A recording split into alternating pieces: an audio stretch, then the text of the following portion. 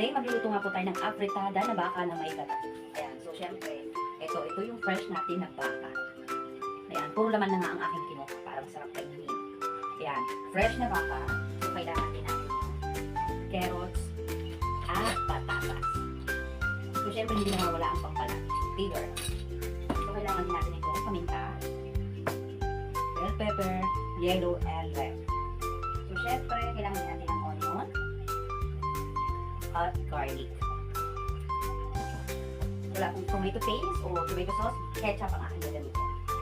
So, kailangan din natin ng gata. Nilagay ko na nga lang yung gata ako dito. Ayan guys, yung gata.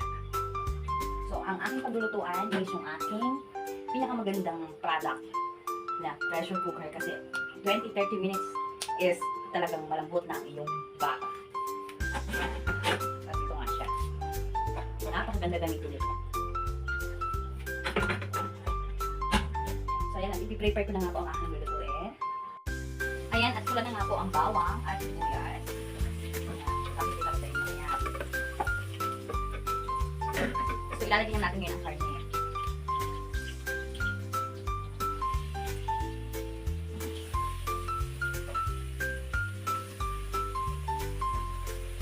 Ayan, huwag natin isama yung dugo.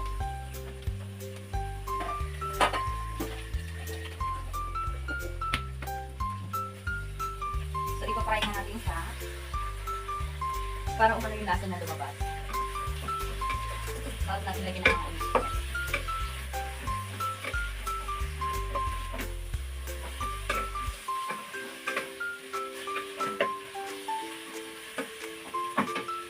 Ayan, at mapulahin din natin yung karne. I-fry natin ng kaunti. At mapula na nga ang karne natin, fry na siya. So, isusunod natin yung patatas at carrots.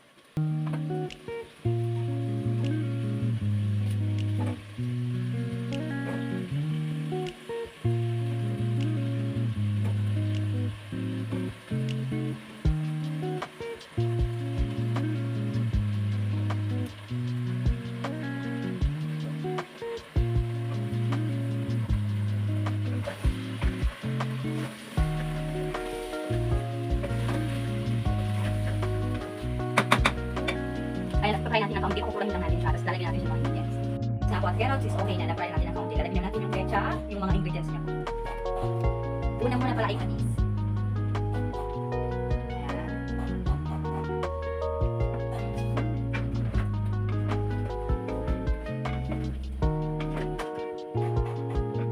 So, isunod natin yung ketchup.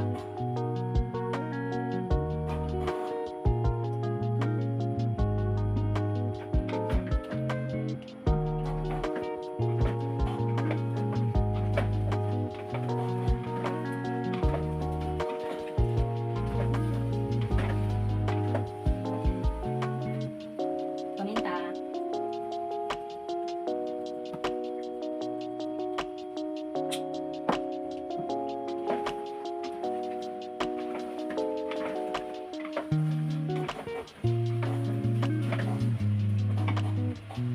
At yung gata para po tumigim yung ano, yung lasa niya.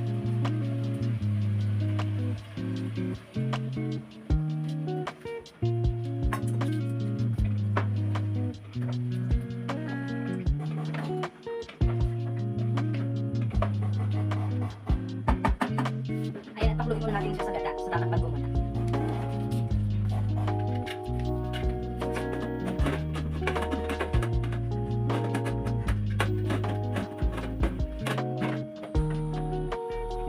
Ayan, takpan muna natin siya. Pagtapos ko ang pakuluin ng gata, isalagyan na ako natin siya ng tubig at isasabay na natin yung bell pepper para isang kuluan na.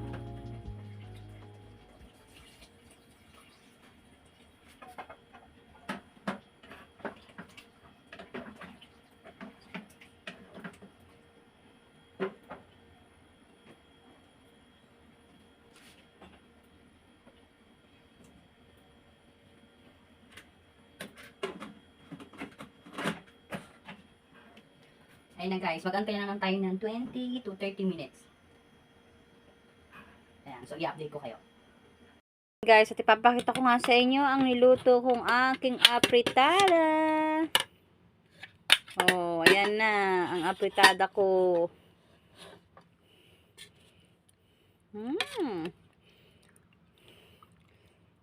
Yes naman. Ang sarap po talaga kapag meron kang pressure cooker na ganito. Yummy, yummy. Guys, kainin nga natin ang ginawa kong apritada. Baka. Bakang apritada na mayroong gata.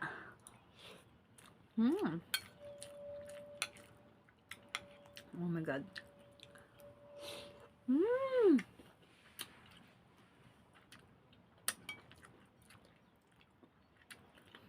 Ang sarap niya.